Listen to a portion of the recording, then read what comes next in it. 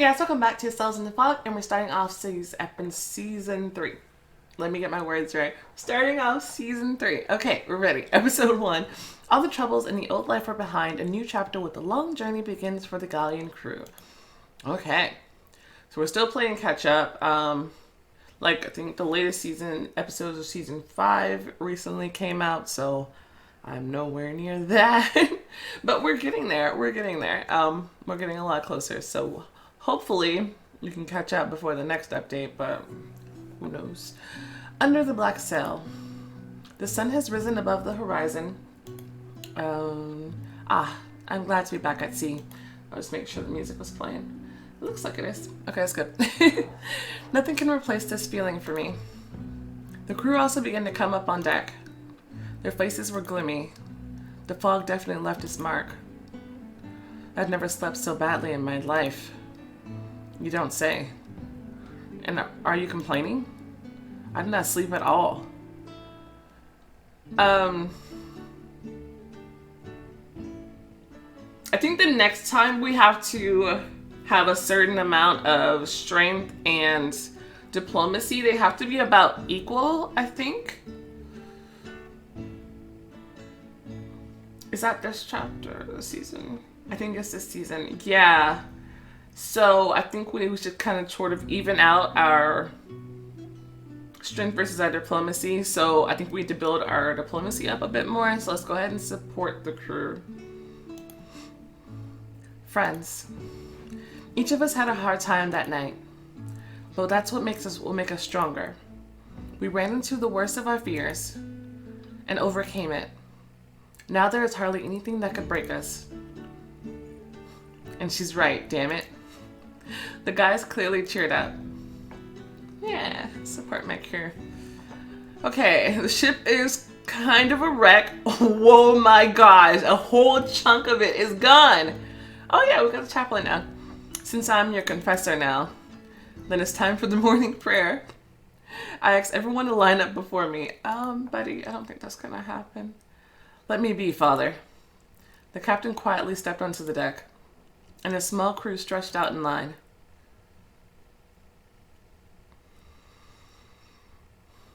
Report on the damage. There is moderate damage. A number of holes and damage to the rigging. Basically tolerable. I see. In any case, I'm going to sail into Tortuga's harbor in style. That's why we should prepare for repairs and find a secure hidden place to anchor. There are 7 of us. We can hardly make any repairs. But you will have to. We have a long way to the island of freedom, and I would not want anything to stop us. Also, the ship is the face of a pirate. Tortuga. I almost forgot. As everything's been smashed to hell on this overblown galleon, I asked to go out on a robbery. It's not for me, but for Margaret. How can I come to the island without a gift? Go. And who's Margaret? Seamus and Jackie begin to look at each other, barely restraining their smiles. A prostitute on Tortuga. Very prominent forms. The quartermaster was actively gesticulating, depicting a lady with magnificent features. So voluptuous that Jackie looked thin compared to her. Oh my god. Damn. And not one dress or decoration left. And if there was anything left, you'd have to stitch 3 dresses together to make one. Jackie, stop! I'm good at sewing, by the way. Or have you forgotten who sewed Adelaide's uniform? He made that uniform for... Wait. Yeah. Back in season 1. Huh. That's right, yeah. Bobby, I'm gonna help him. Don't listen to them. I'll help you. And how will you do that, I wonder? You say you sew well. Quiet. Look at the curtains. They were made from refined silk and linen, and they cost as much as a good dress.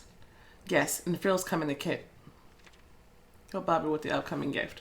Ooh, I never thought. Great idea. Thank you. You do it when you're done with the ship. Aye, Captain. Report on the status of provisions. The guests and the servants fled, leaving everything to us. Aside from scattered and trampled food, there is food for 100 people here. The only thing is, it's all berries, cakes, freshly baked meat, and oysters. Well, that is, this food will last a day, at most. All that can be reserved goes to the hold. All the drinks go to the hold. The rest we'll have to eat today and tomorrow. I understand that it will be difficult, but we have to cope. The crew expressed horror and delight at the same time. Dibs on the strawberries. I'm healthy, of course, but do not be afraid. Once in a blue moon, we'll feel like aristocrats. We will eat until we explode, and then a little more. Watch out or you get as fat as Lou.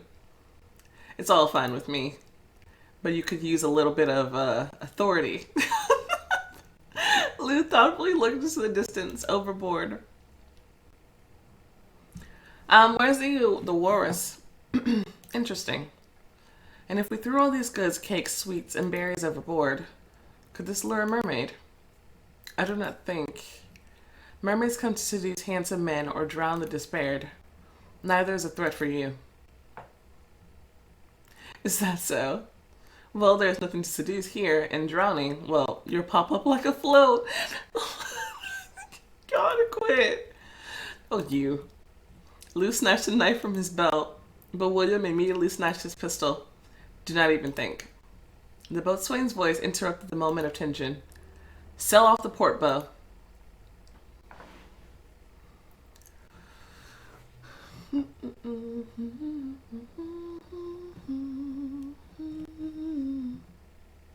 Who is it? The old walrus.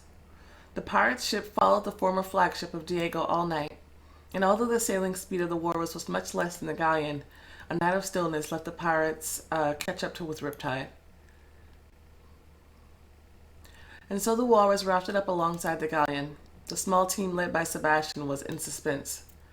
On one hand, the walrus was an ally, but on the other hand, they remained pirates, and they had a numerical advantage.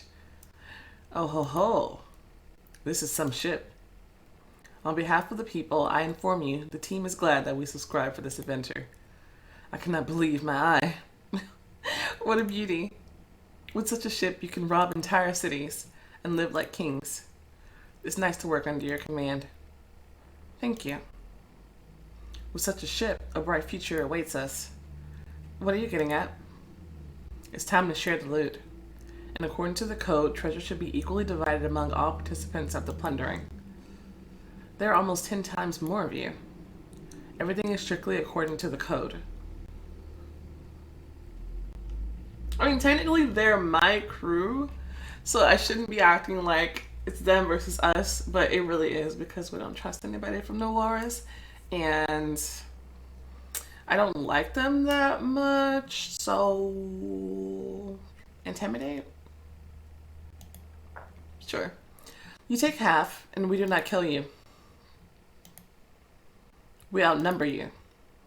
It won't help you personally. Bones was ready to grab his saber, but Sebastian's cold gaze stopped him. And our loaded guns are pointed at your tiny sloop. We have 10 on the upper deck alone. And you? Oh yes, you don't have any at all.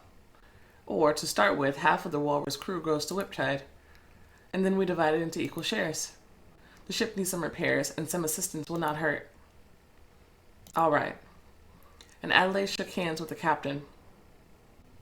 Since when is he the captain of the walrus? I am. It's like, what? And who is the captain of this ship? There was a threatening silence. Sebastian mostly kind of does the stuff of captain, but I want to be the captain, so I'm going to be the captain. Adelaide glanced over her shoulder at Sebastian. He only nodded shortly. I have already commanded. I think the future is yours. And plus, Sebastian's so sweet about it. Our captain. You deserve it. But you are already the captain of the walrus. It means. That's right. Now I'm the admiral of a small pirate fleet. Glad to be under your command. Is he? A part of the walrus's crew moved to the galleon and repairs went much faster. Now the ship could reveal its potential for maneuvers and speed. Sebastian called Adelaide aside.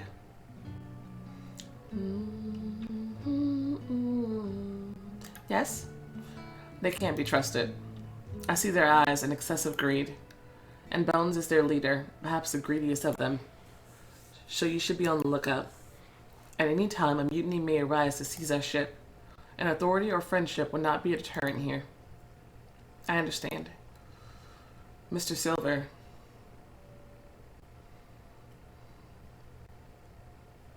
Yes? Hobbling on his crutch, Silver walked over to Sebastian.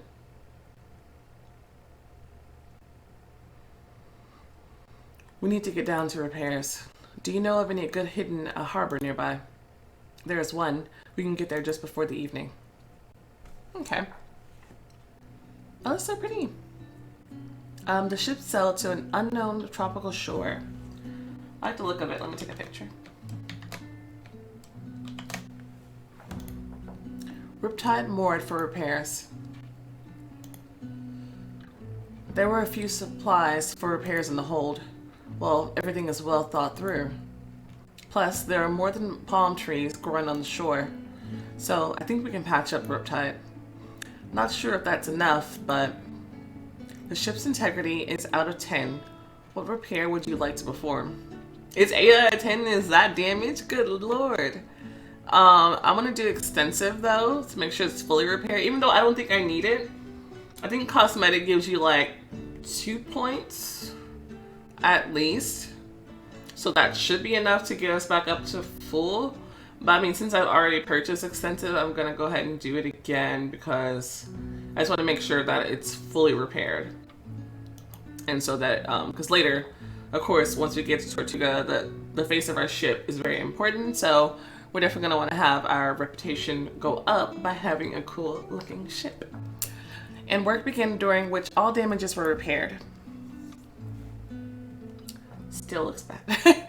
Adelaide had no experience in repair work, but she listened to her older teammates and was pleased with the end result. The ship was shining like new. 10 out of 10. It doesn't look shiny and new.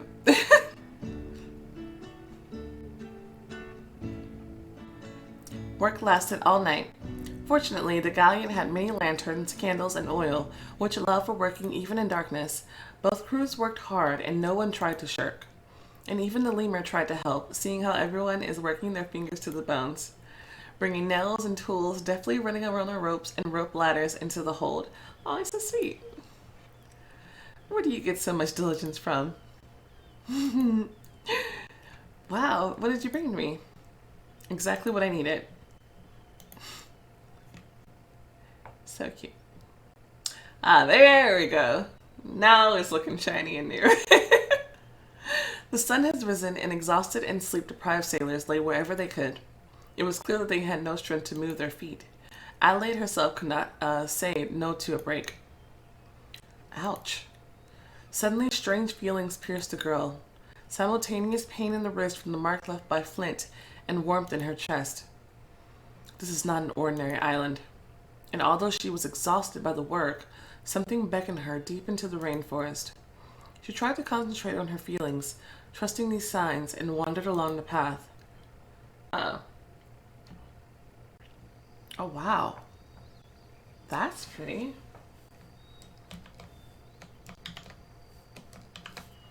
What's going on here? What is this place? One of the many destroyed and desecrated temples. I have nothing to be ashamed of anymore. I myself participating in its destruction.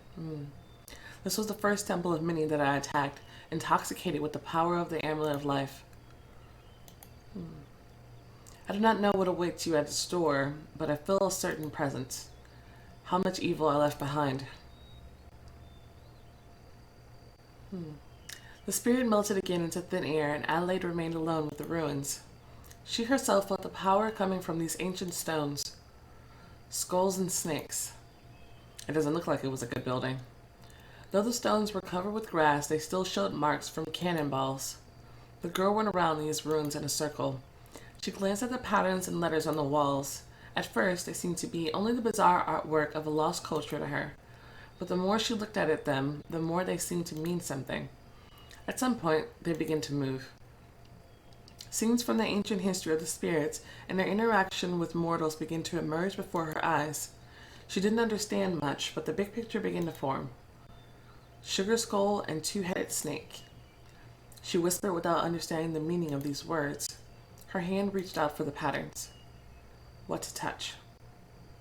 I don't know. Is this important? I don't think so. Skull or the snake? I'm gonna touch the skull. Snakes are usually a form of like dark magic. I don't think this does anything though. I don't know. Let me take a picture anyway. She extended her hand and touched the smiling skull. Well, they didn't tell me it was smiling before. Huh. White magic. That is something? Oh, I have it written right here. I'm stupid. I just didn't see it. Well, good thing I touched the right one. She felt the sweetness, the smell of dying flowers, the whiff of autumn wind, and the touch of her mother.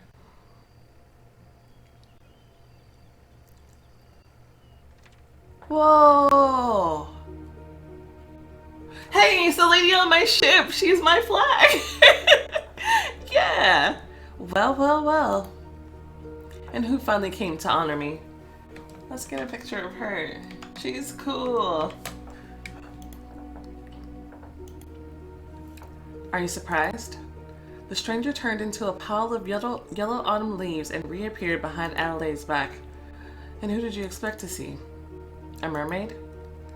Well, the spirits remaining in the world are not limited to those 5 with whom you are familiar. How do you know? I'm the Sugar Skull, your beautiful death, Katrina La Muerte. However, titles are not necessary. The goddess again scattered leaves and got closer. My time will come, yours, however. You're very limited in time, but I haven't seen guests for a long time. So, what do you want? I lost my magic. Can you get it back? Oh, if everything was so simple. Only Davy Jones distributes powers left, right, and left. Of course, for an exorbitant fee. You don't need my magic. You have enough of your own. But I stopped feeling it. It's because you lost the toy that helped you. The world is much, much bigger than one coast. And the world of spirits is limitless. Your path lies in wandering. You should understand yourself and what surrounds you. The real power is inside. But if your world is small, then there is no place for the forces to show themselves. So you won't help me. She already did! Oh, stupid mortals. I already helped you. Well, as much as I could. Your teacher already told you. You don't need trinkets. You absolutely did not help me. No, thank you. You helped me a lot. I seem to begin to understand. Good girl. I didn't doubt you.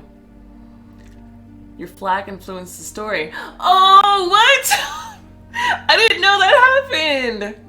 Are you kidding? Oh, that's so cool. Wait, let me take a note. By the way, you sail under a special flag. Why did you choose it? I don't know. It seemed right to me. So you understand your purpose at an intuitive level. I want to give you a present. What? What? Hold up! I did not know this. What? I'm sorry, this is all new information. Wow, okay. Bending over Adelaide, Katrina kissed her on the forehead. Where'd this come from? We can get a sombrero, a simple one. Let's get the big one. Yeah, let's be exotic.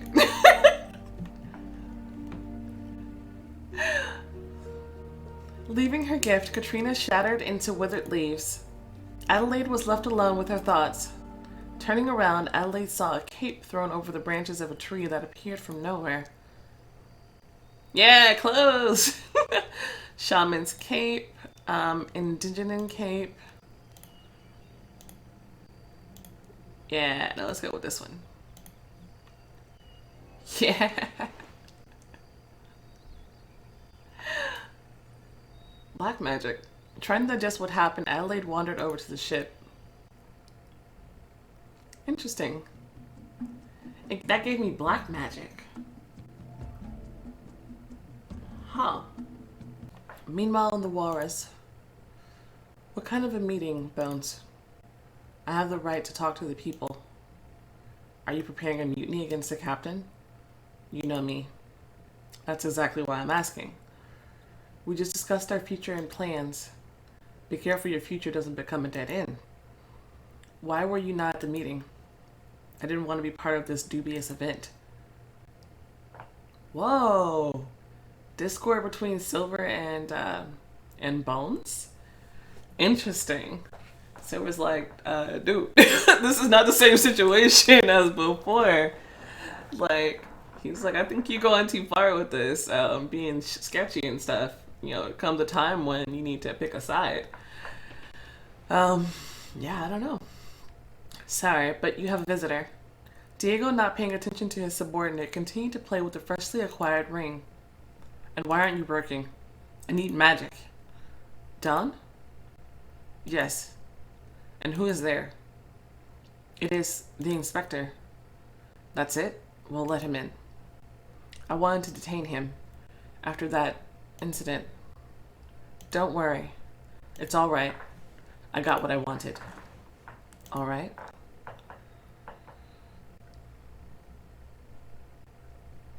Come in. And so, first, why are you receiving me in this abandoned cottage? Second, your failure and loss of a first-line combat ship will be immediately reported to the king. And I never expected anything like this from you, with your experience and merits.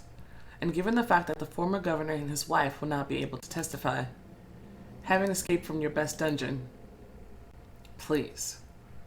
What's with this arrogance? No arrogance. Maybe just a little bit. What is your military experience? Excuse me? That's what I said. While you were shifting the papers and counting the treasury, I fought. And a lot. Of course, ideally, I would have hoped to catch them all, but I went soft. However, this may even be beneficial. I do not understand. And no wonder. I have a man of my own among these pirates, and I'm waiting for the messenger pigeon any minute, which will give me all the hidden pirates' camps and the best route to Tortuga. And at this moment, I have enough of the fleet, even without the galleon, to finally crush this threat once and for all. We have a traitor, and I believe we already know who that is.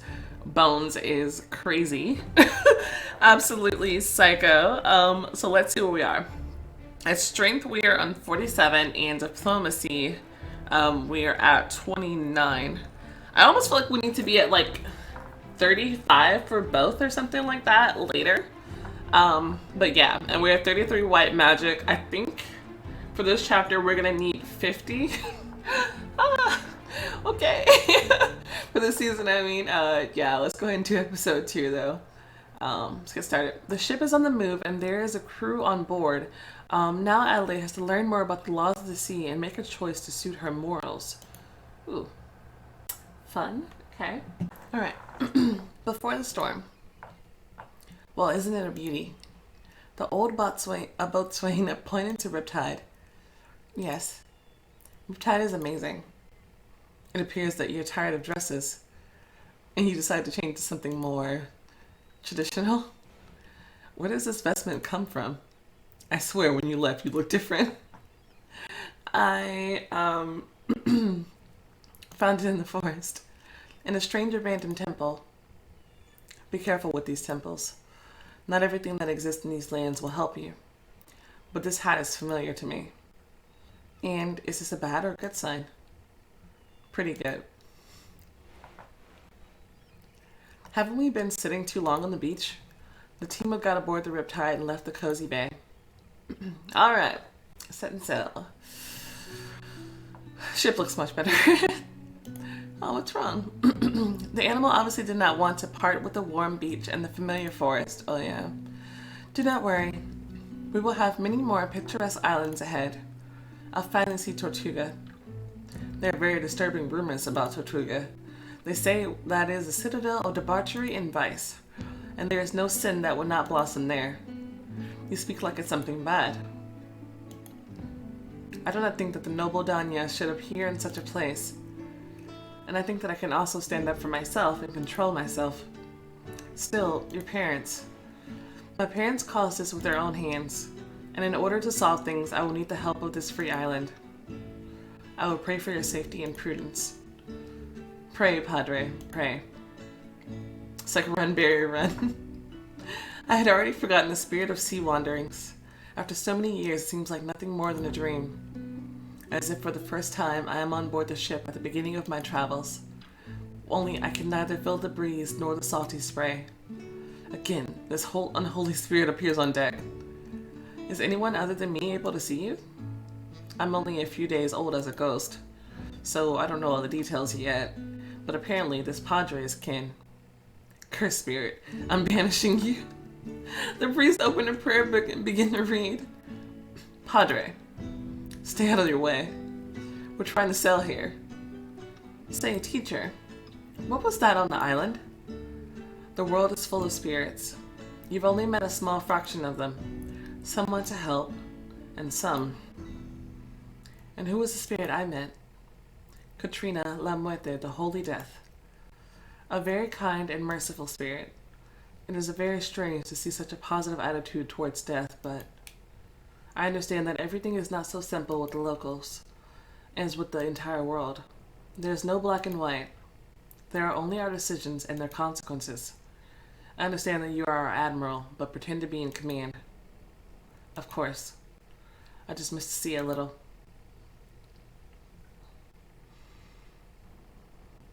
And now there is not even a trace of a cozy shore left. Only the sea around. The sea is yearning, beauty.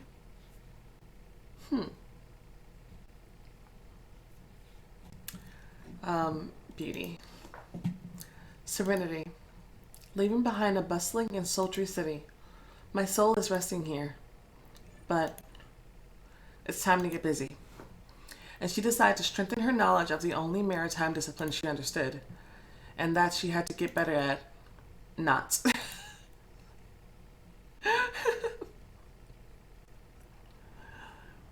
Q? Yes, Admiral? You owe me. What for? You did not teach me properly to tie knots, and because of it, we lost a valuable prisoner. It is not my fault that your head is in the clouds and you do not work with your hands. I need to master this craft.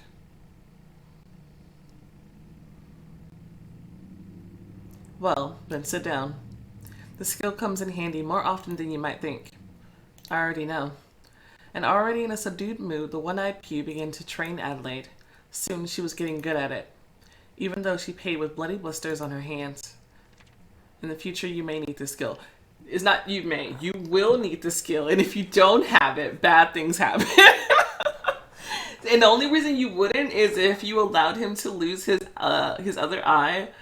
He would be blind and therefore not able to teach you properly how to make the knots. So that's why I kept his eye. Otherwise, I would have just let him get his eye cut off because I don't like him. But that's fine. Flap, flap, flap. A pigeon. A pigeon perched on the railing directly in front of Adelaide. Where did you come from? Seeing a strange creature, the lemur prepared to grab it. But due to inexperience, he scared the bird. Hey, what have you done? Oh, the pet was obviously annoyed at the lost prey. The pigeon flew away. If this bird had a little letter on its foot, who writes amongst us? And most importantly, to whom? I'll check now. And Adelaide rushed along the deck to look for Sebastian.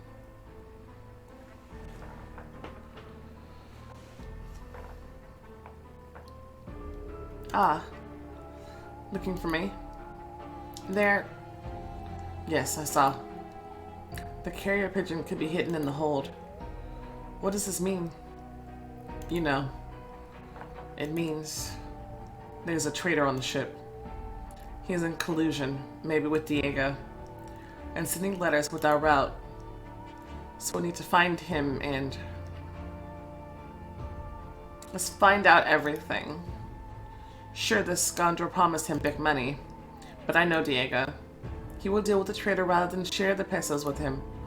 But if we figure out who it is, we'll be able to find out about Diego's plans. A well thought through plan. We only have to find him. But I wanted to talk about something else. Look at our crew.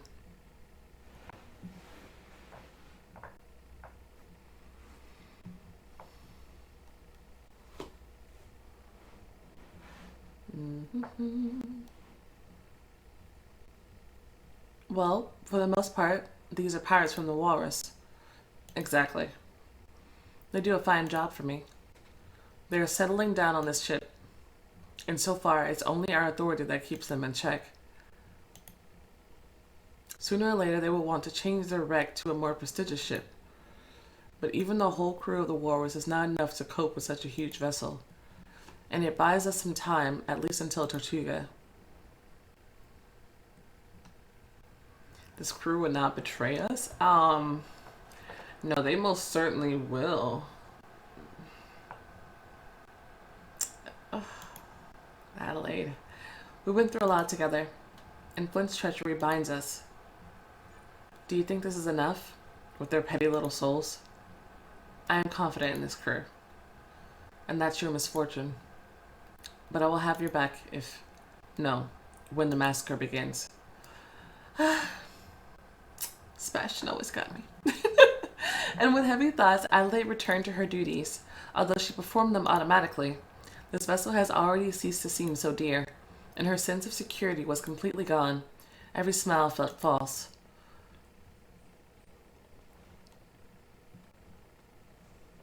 It's just not possible. Even two crews aren't able to eat such a mountain of food. Well, I would say one crew with the tail. You don't want the goods to go bad, do you? You know, I can't even look at meringue anymore. First, it's meringue. Second, eat it, I said. Wuss. I don't think you'll get another chance to be treated like this in your life. That's right. So enjoy the moment. The first day of free sailing went smoothly. True, Adelaide was on pins and needles. English ship off the port side. The pirates of the crew came to life.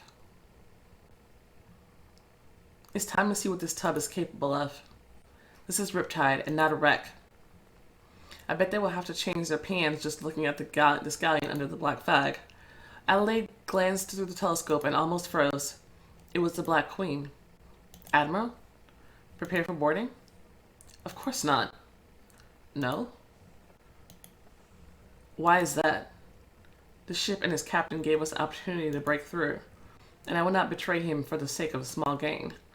It is our honor, which Flint forgot about in his lab time. You remember how he paid for it? It's the same.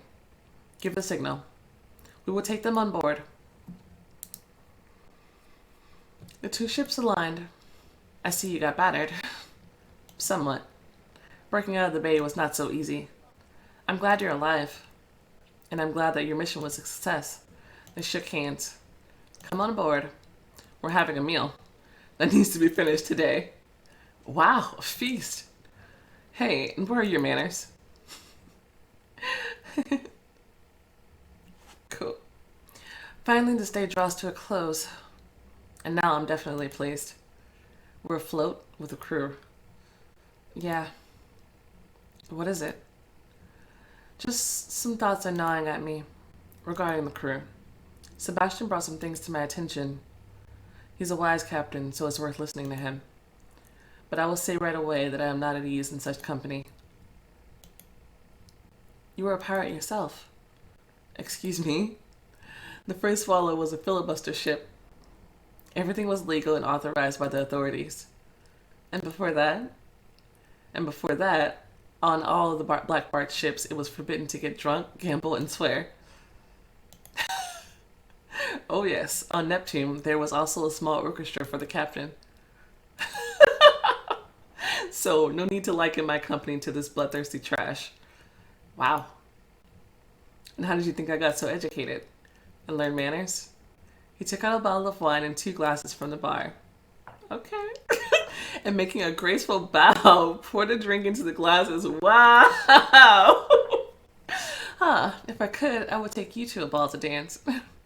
By the way, I know almost nothing about your past life.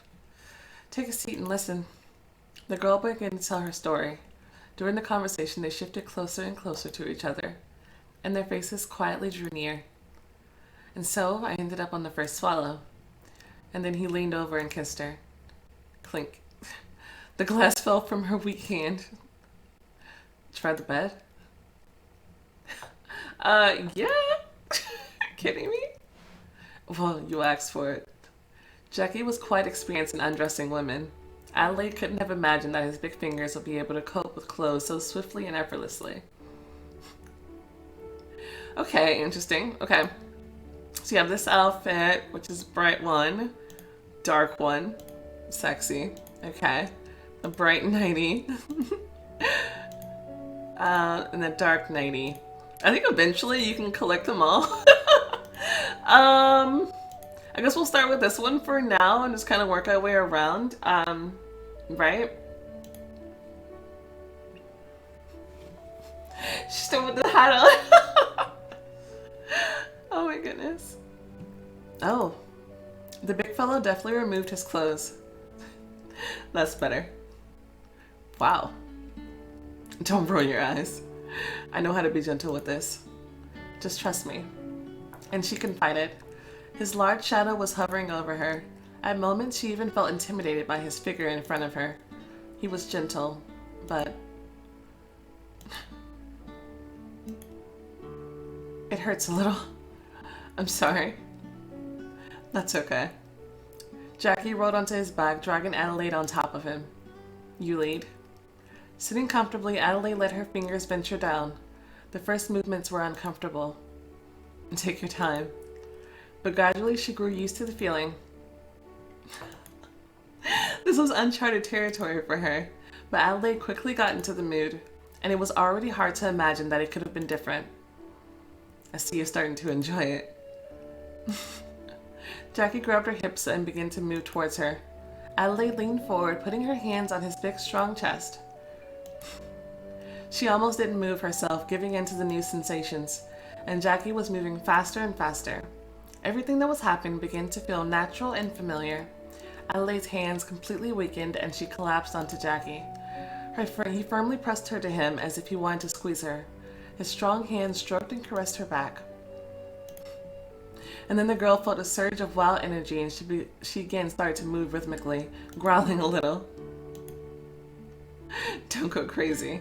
Smile. The mutual rhythm suddenly overwhelmed Adelaide. He tousled her hair, tickled the quartermaster's face. She felt a volcano about to burst inside of her, and she did not retreat from the impending eruption of emotions until she melted completely, gulping air helplessly. Oh my gosh. That's so cute. I like Jackie a lot. Wow, okay. That was interesting. Good morning, Captain. Morning. How are the repairs going? Good, more or less. Then we'll sail away. We must get to the colony soon. We may have to prepare for defense. The colonists turned to Adelaide. I hope we'll meet again. And as soon as possible. Yeah. All right. Our friends have gone. Losing such prey. I already talked about this. They're not prey. If we are not robbing someone as soon as possible with this galleon, I'll be disappointed in the Sea Devil. Okay, yeah, sure. Ship on the horizon. And I see dense traffic in these waters. Is it dense traffic? Back in the old days, it was possible to rob 2 ships a day. With luck. Definitely if we were lucky. What does the flag look like? Pirate. I can see from here that it's black. Sorry. Skull with guns. So is Ivy on her Tomboy Jr. She has a pretty fast schooner. I'd hardly call this hippo a fast schooner. Let me see. Strange. She is sailing aboard a slave trader ship. Give her a sign that we want to talk to her. I ought to know what is happening on the way to Tortuga.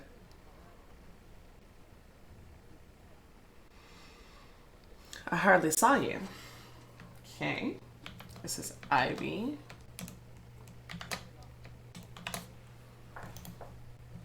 I thought this is the end. This gaffer won't get away from a galleon. Then I looked closely and saw the walrus nearby. And then I see the sugar skull. My jaw almost fell on the floor. And who snatched such a ship? I was curious to see the captain of such a ship, eye to eye. The pirate's gaze shifted to Sebastian. Sebastian? No, I'm not surprised. I'm not the captain of this ship. Our admiral is Adelaide. I wouldn't have thought that. Where's Flint?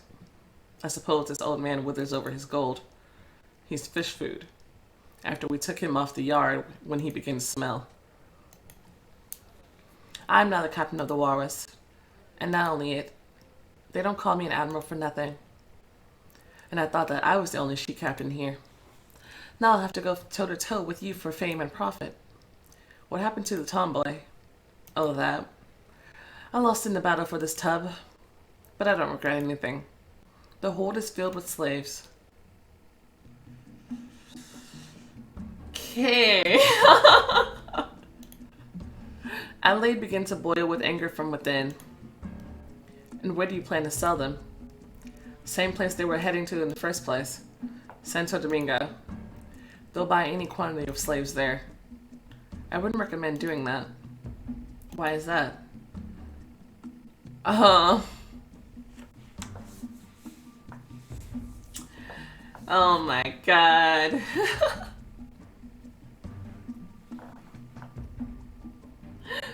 Should I threaten her? Or should we try to be nice and make a deal? We need more diplomacy, okay? I kind of want to threaten her though, because seriously, what the heck? Okay, let's make a deal. We are from Santo Domingo, and Diego clearly gave instructions for the extermination of all pirates. Even a mandate from the colony will not save you. I can confirm this. So your slaves will be taken away, and you will be hanged together with your crew. Are you threatening me? And what if I am? My crew didn't fight in vain to secure these goods. They are living people. If you want to take them away, we'll have to fight. The woman snatched a boarding cleaver, and her entire crew followed her lead. Oh, I can persuade her. Engage in an unequal battle. By who's, like, are they saying she has more people, or do I have more people? But I have enough pirate rep to persuade, so I'll persuade. I don't think you fully understand whom you are dealing with. I'm Diego's worst enemy. The one for whom he is ready to commit any crime, sweep away everything in his path. I fooled this governor several times. Even I didn't hurt him as much as she did, and I invested my whole life in it. The ship was even built by him, and now I am sailing it. I was the one who gave the black mark to Flint, and among those who started a mutiny against him. And I second these words. I saved my pirate brothers from the noose, pulling them out of harm's way. My neck still remembers that knot, and my blade carved my name into pirate history. No man on the ship dared to look in my direction. She almost stabbed me. The fog, the undead, everything that makes you tremble with fear is my routine now. And if you heard rumors of a sea witch, heed my words. It was me. The spirits of these waters and lands endowed me with power, and it would be nice to have a little now to show off a little. And both crews nodded. And if I tell you to give me your slaves, you should consider it an honor. And brag about being in my good graces instead of setting terms. When Adelaide began her speech, Ivy's crew was ready to start a fight. But by the end, some of them had already begun to descend into the hold and rattle the chain. They just like, forget it. You can take them. It's fine. The captain turned towards her crew and realized that she should not count on backup. You could have led with that, instead of beating around the bush. In the end, it's still a dead weight. I never realized the price of life goods, so I'll be glad to help you. The woman extended her hand to Adelaide, but I expect your future support in exchange for such a gift. Certainly. And the girls shook hands. Okay, we might tentatively have another ally. Okay, here we go. Tied up slaves stepped into the deck, and they were tied up in pairs. I don't like it. The bright sunlight burned their eyes, and they did not understand what would happen to them. Remove the shackles. Switching to his native language. Now you will be free. Thank you. But you have to work for this freedom. I cannot promise you that you will return home, but now a new world full of opportunities and adventures will open before you. So nice. Thank you, Adelaide. I cannot do otherwise. It was nice doing business with you. Get off my ship. And her ship was already drifting away. You will meet Ivy again. Curse her or forgive her. Is this black or white magic? It's black or white magic. Dang it. Forgive her. I hope she understands her mistakes and changes her ways. A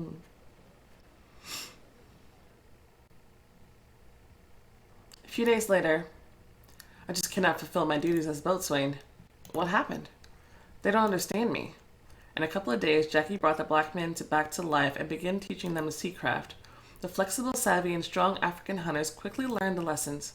To them, the masts and yards were no different than trees and palms, and they tied knots since early childhood. Only he's able to manage them. So maybe I should switch your post?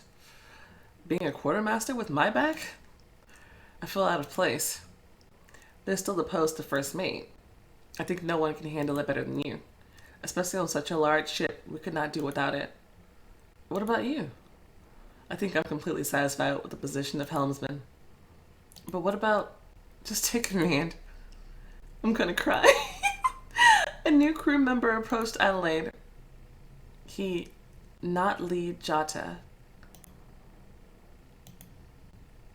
They found out who set them free. And in gratitude, they decided to make a new uniform for you. This is a gift. Ooh. Fancy. Pirate dress. Ooh, bold pirate outfit. I like it. Or pirate clothes. That's also pretty cute. But now we're gonna go with this one. Yeah. It's beautiful. A bit too sexy to say the truth. Just right for me. Sebastian, get out of here. What do you say, crew? Certainly. Just amazing. Thank you. Tafadahali. And suddenly Sebastian became gloomy. Uh-oh. It's battle music. Bobby? Yes? What are you looking at? The captain pointed to the horizon.